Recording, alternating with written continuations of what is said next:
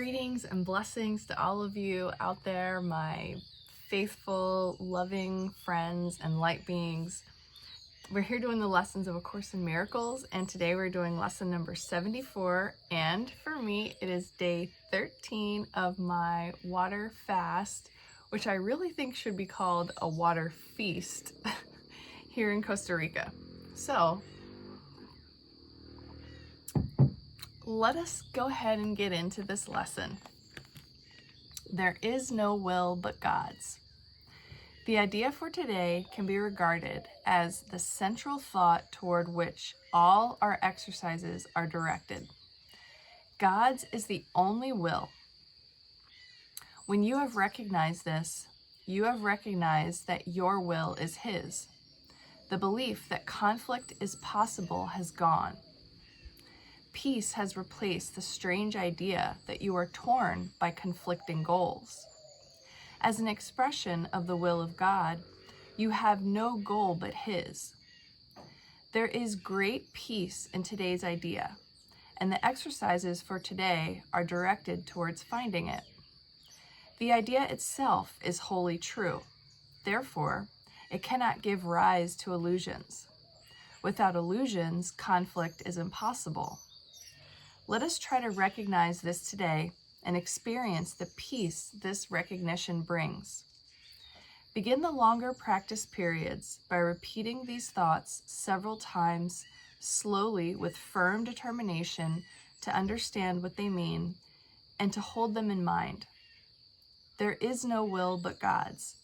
I cannot be in conflict. Then spend several minutes in adding some related thoughts, such as, I am at peace. Nothing can disturb me. My will is God's. My will and God's will are one. God wills peace for His Son.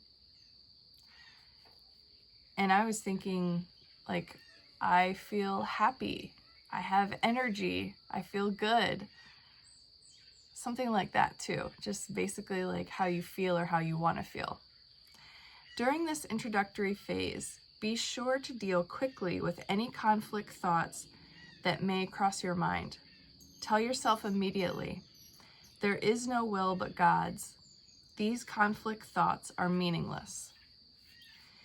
If there is one conflict area that seems particularly difficult to resolve, single it out for special consideration. Think about it briefly, but very specifically. Identify the particular person or persons and the situation or situations involved and tell yourself, there is no will but God's. I share it with Him. My conflicts about blank cannot be real. After you have cleared your mind in this way, close your eyes and try to experience the peace to which your reality entitles you. Sink into it and feel it closing around you. There may be some temptation to mistake these attempts for withdrawal, but the difference is easily detected. If you are succeeding, you will feel a deep sense of joy and an increased alertness rather than a feeling of drowsiness and enervation. Joy characterizes peace. By this experience, will you recognize that you have reached it? If you feel yourself slipping off into withdrawal, quickly repeat the idea for today and try again. Do this as often as necessary. There is definite gain in refusing to allow retreat into withdrawal, even if you do not experience the peace you seek. In the shorter periods, which should be undertaken at regular and predetermined intervals today, say to yourself, there is no will but God's. I seek His peace today. Then try to find what you are seeking. A minute or two every half an hour, with eyes closed if possible, would be well spent on this today. So what happened when I was doing this meditation this morning is I didn't really fall into that deep peace place. There are two things that kind of surfaced in my mind. One that brought up a little financial fear. I'll just tell you, I have storage in New Jersey, and I moved it into a smaller container earlier or late last year, and the price is like more than doubled right now. And so when I looked at my bank account yesterday, I was like, oh my God, how do they do that? They just like debit more money as if, you know, there's no explanation needed or whatever. So that was kind of an issue, like something I can't control, but it brought up this feeling of like, it's not fair, there's injustice in the world, they're taking from me kind of thing. And the other one is related to, I'm doing this water fast, and a very beautiful, close girlfriend of mine took my cat in when I started my RV adventure back in 2022, and he's been living there a couple years. Well, his whole life I've been feeding him dry food, which is dehydrated food. And all I'm focusing on here is hydrating my body. And it came up for me that I need to switch him over to wet food entirely. Like I had this diet where he was eating half and half, and anyway, so I couldn't get out of my mind, like, oh my gosh, his body, now that he's getting a little older, it's going to be harder for his metabolism to handle all that dry food, and I need to, you know, it was just like occurring to me. So what was coming up there was guilt. So I have fear and guilt with my two issues that are popping up in my mind, and I know that's the ego, and I know that I can pull myself back and be the observer, and you know, the meditation helped remind me that there is no will but God's, and that all these things that are happening are neutral, and all my fears and my guilt feelings and all that, those thoughts are meaningless, and it's just draining my energy. So I didn't quite get into that deep sense of peace, but I did get to that place of like, I'm not in charge of this. And as long as I keep my heart open with a loving optimism that nothing is really for me to solve, that things are going to work out in my best and highest good no matter what. So I feel a little bit better. But you know, speaking of energy, I do have like energy in the morning, but it's only about 40 to 50% of the normal energy I ever have. I usually have, and it's really awkward to get out of bed and feel like your whole blood body is like you can't, it's hard to like stand up straight, and like sometimes I just feel a little wobbly when I'm walking to the bathroom many times a day. But that's part of the process, because the body has taken all of that energy for me to get out there and like rah the world, and it's focusing it on doing whatever needs to be done inside of my body.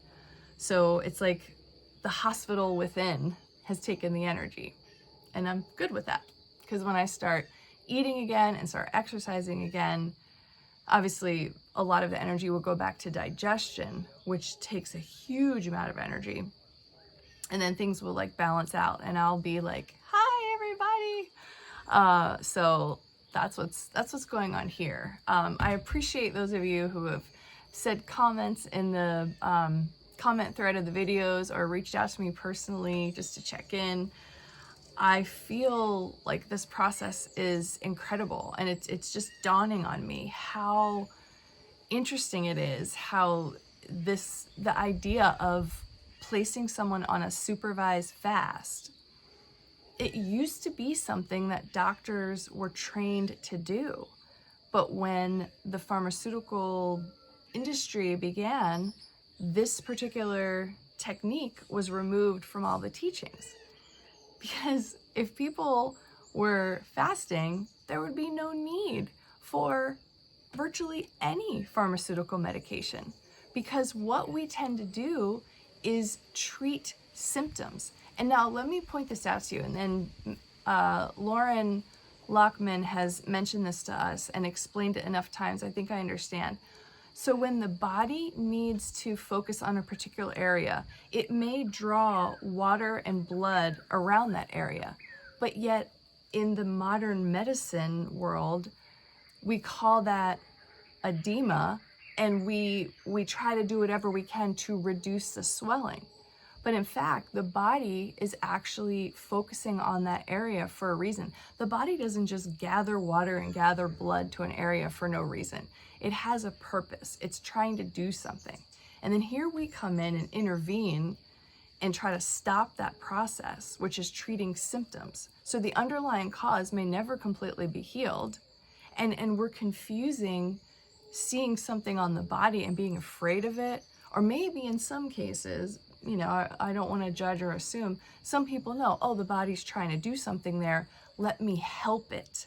As if we need to help the body, this thing that's created with this incredible infinite intelligence, let me help it along. Or it's an inconvenience for me to be swollen right now, so let me, you know, take care of this so that I don't have to feel it or look at it or whatever. And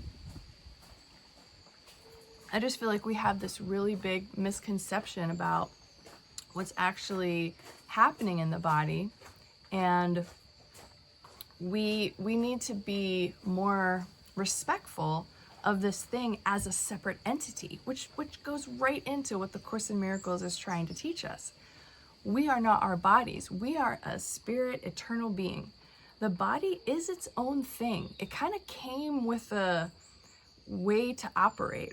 And I don't think, know very much about it. And I don't think that's an accident, okay? But we'll get into all that conspiracy theory stuff later when I have more energy. But yeah, it's just dawning on me how clever the whole system, our whole society is set up in the ego's thought system. Everything is about tempting us away from nature, more into convenience, vanity, indulgence, instant gratification, rather than actually being with things. And, you know, there are people here that they are suffering. Like, they're extremely weak. They're constantly vomiting. They're really dealing with like tough symptoms. And there is no, you know, soothing that. It's like, well, go lay down and drink some water. I mean, that's all we're doing, whether you're feeling good or you're feeling bad. Everybody's like laying in a hammock, drinking water. And there's something brave and courageous about doing this, because we're all here facing things that are coming up. We're talking to each other. We watched a movie last night, Wednesday's movie night. It was Matilda. And what I took from that movie is how important it is to really embrace who you are and know how powerful you are. And there are going to be times in life where you just have to confront things without moving into your comfort zone. I mean, it's just like there's a certain amount of courageousness that I think we all have, but we never really step into, because we're able to just hide in these little places that are like your comfort zone. And for me, I was a big like late night snacker, and you know, if something came up, I would soothe myself with like having a tea, having some snacks. And that's not happening here. So imagine if all your little things are taken away from you, you just have to deal with your stuff. And it takes a courageous person. So hats off to me and all the other people here for being courageous to do this. The last thing I wanted to say was, I was looking at the calendar and I was thinking it's probably better for me to plan our Zoom on the days after I complete the fast. So I was looking at Tuesday the 26th, and I'm thinking 5 p.m. Costa Rica time. Costa Rica does not change time zones, so you'll have to look and see what the time zone is for you. I'll also look and see. That would work for me, because we normally have dinner at 6. I need to check on that. And then the internet room closes at 7. So that's probably the best time for me if we do it in the evening. If any of you want to shoot some other times that look good, but I think Tuesday would be the best day, Tuesday the 26th. So we'll plan on that. Otherwise, I think things are going well. My body is going through what it's going through, and I'm just being patient and observant and resting. They don't want us to be writing or reading. They want you to keep your eyes closed and just drink the water. So try not to go to sleep. It's work. It's actually work to close your eyes in this beautiful place, right? Where the breeze is blowing. Don't fall asleep, because every few minutes you need to be sipping your water. Yesterday I drank 15 glasses of water. So that's one thing about having been in the Army for so long. It's like when I have a task, I'm gonna do my best to complete it exactly the way it needs to be done. So it wasn't hard for me to complete it, but like going through the day and like doing nothing else but paying attention to how many sips of water I was taking, that became a little bit nerve-wracking. But again, being a Course in Miracles student and having gone through that 10-day silent Vipassana meditation experience, I think I was so well prepared to come here. Like, I'm okay. It's challenging, and there were times where I was like, oh boy, I look at my count, how many more days do I have to go? How many more hours are in the day? You know, I would go through some of that, but then I would let it go and think, hey, I'm gonna be right here. I'm gonna be present. I'm grateful for this. This is something completely brand new and different, and I get to tell people about it. So, you know, settle down all those weird, anxious, neurotic feelings and just roll with the process. And I'm able to just come back to center. I have to bring myself back to center a few times, but it's all good. So yeah, I hope you're getting something out of this. I'm really happy to share this with you. Today is day 13, and I'm got another 7 days to go, or 8 days to go, full days.